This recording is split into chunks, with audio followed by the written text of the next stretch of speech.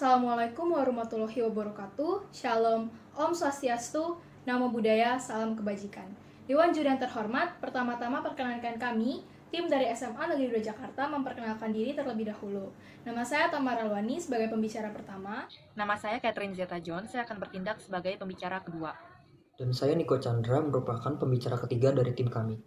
Pada kesempatan kali ini, kami akan memaparkan argumen kami sebagai pihak kontra dalam mosi pelaksanaan pendidikan jarak jauh pasca pandemi. Dewan Juri yang terhormat, di sini saya sebagai pembicara pertama akan menjelaskan mengenai definisi, limitasi, dan justifikasi mengapa kami tidak menyetujui pelaksanaan pendidikan jarak jauh atau PJJ secara permanen. Sementara pembicara kedua kami akan membahas dampak baik bagi aktor yang terlibat dari sisi pembentukan karakter. Kemudian akan diakhiri dengan pembicara ketiga kami yang menjelaskan mengenai dampak baik dari sisi minat belajar serta rekonstruksi kasus secara holistik. Sebelumnya, izinkan saya memberikan definisi yang tepat bagi mosi ini.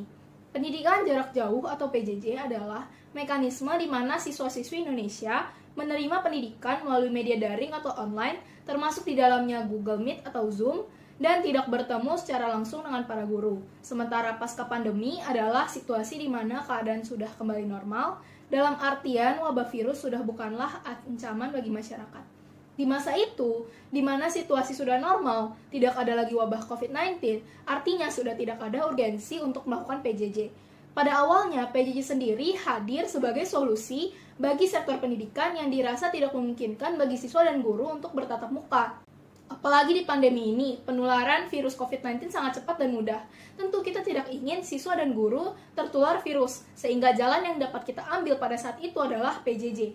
Namun, Dewan Juri yang terhormat yang perlu kita ingat di sini adalah ketika keadaan sudah normal seperti sedia kala, tidak ada lagi urgensi bagi kita melakukan PJJ. Sudah tidak ada pandemi yang mengancam keselamatan nyawa kita. Dan ini menunjukkan alasan utama hadirnya PJJ bukan lagi masalah yang perlu diatasi karena masalah tersebut sudah usai, sudah lewat. Alasan kedua, mengapa kami menolak mosi ini adalah karena pada dasarnya PJJ tidak efektif bagi siswa. Berdasarkan UU nomor 20 tahun 2003 pasal 5 ayat 1 menyebutkan bahwa setiap warga negara mempunyai hak yang sama untuk memperoleh pendidikan yang bermutu. Di mana hal ini akan sangat sulit tercapai jika kita menempuh PJJ. Mengapa demikian? Pelaksanaan PJJ sendiri menuai kegagalan dilihat dari banyaknya kritik dari masyarakat mengenai putra-putrinya yang tidak menerima pendidikan secara optimal. Banyak siswa atau siswi yang kesulitan memahami materi yang diberikan oleh para guru dan tidak bisa bertanya secara langsung karena terkendala oleh jarak.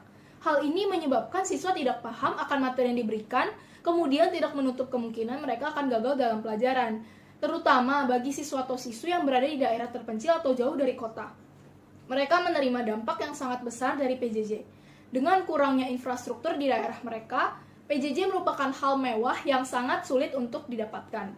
Sinyal yang masih buruk, telepon genggam yang belum secanggih di kota, dan masih banyak hal lainnya.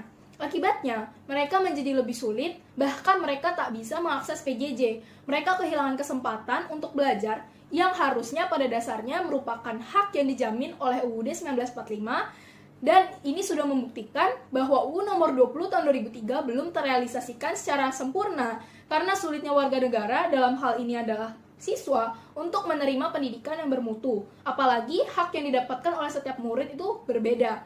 Karena itu kami percaya pada kondisi pasca pandemi di mana situasi sudah kembali normal, tidak ada lagi wabah COVID-19, hal terbaik yang bisa kita lakukan untuk sektor pendidikan adalah kembali ke pendidikan tatap muka. Karena pertama, kita sudah tidak ada urgensi untuk tetap melakukan PJJ, dan kedua, PJJ tidak efektif. Sekian dari saya, terima kasih. Dewan Juri yang terhormat, di sini saya akan membuktikan mengapa dengan adanya sistem pembelajaran secara offline akan memberikan dampak baik dari sisi pembentukan karakter dibandingkan sistem pembelajaran jarak jauh. Menurut Undang-Undang Sisdiknas tahun 2003 pasal 1, menjelaskan fungsi pendidikan nasional adalah mengembangkan kemampuan dan membentuk watak serta peradaban bangsa yang bermartabat dalam rangka mencerdaskan kehidupan bangsa. Berdasarkan alasan hukum tersebut, dapat disimpulkan bahwa garis besar dari tujuan pendidikan nasional adalah selain mencerdaskan, juga terciptanya suatu karakter individu yang beriman, mandiri, dan berakhlak mulia. Hal ini juga didukung oleh tujuan pendidikan dan pengajaran menurut Undang-Undang Nomor 4 Tahun 1950 Bab 2 Pasal 3, yaitu membentuk manusia susila yang cakap dan warga negara yang demokratis, serta bertanggung jawab tentang kesejahteraan masyarakat dan tanah air. Jadi, karakter yang baik merupakan hal yang harus dimiliki oleh setiap individu. Hal ini penting dikarenakan tubuhnya karakter anak yang baik akan mempengaruhi mereka untuk mempunyai pola pikir serta perilaku yang baik pula, yang nantinya akan berguna bagi masa depan mereka. Contohnya karakter yang jujur dan bertanggung jawab untuk diberikan kepercayaan mengelola keuangan perusahaan dan sebagainya. Pembentukan karakter yang baik akan tercapai ketika menggunakan sistem offline dikarenakan peran guru secara langsung melakukan pengawasan terhadap siswa, memberikan contoh baik secara nyata terhadap siswa, memberitahu, menegur, atau memberikan konsekuensi terhadap siswa ketika mereka melakukan kesalahan. Pembentukan karakter sulit melalui Google atau alat media sosial lainnya dikarenakan masyarakat, khususnya di Indonesia, mempunyai karakteristik kurangnya minat membaca atau kurangnya literasi. Oleh karena itu, hal tersebut tidaklah cukup dan tidaklah efektif. Kami mengetahui bahwa peran orang tua dalam pembentukan karakter jugalah perlu. Namun ketika di sistem online, meskipun sudah ada peran orang tua di rumah, hal tersebut juga tidaklah cukup. Ini dibuktikan dari maraknya jumlah siswa yang menyontek saat ujian online yang membentuk karakter atau sikap mereka menjadi malas atau tidak jujur.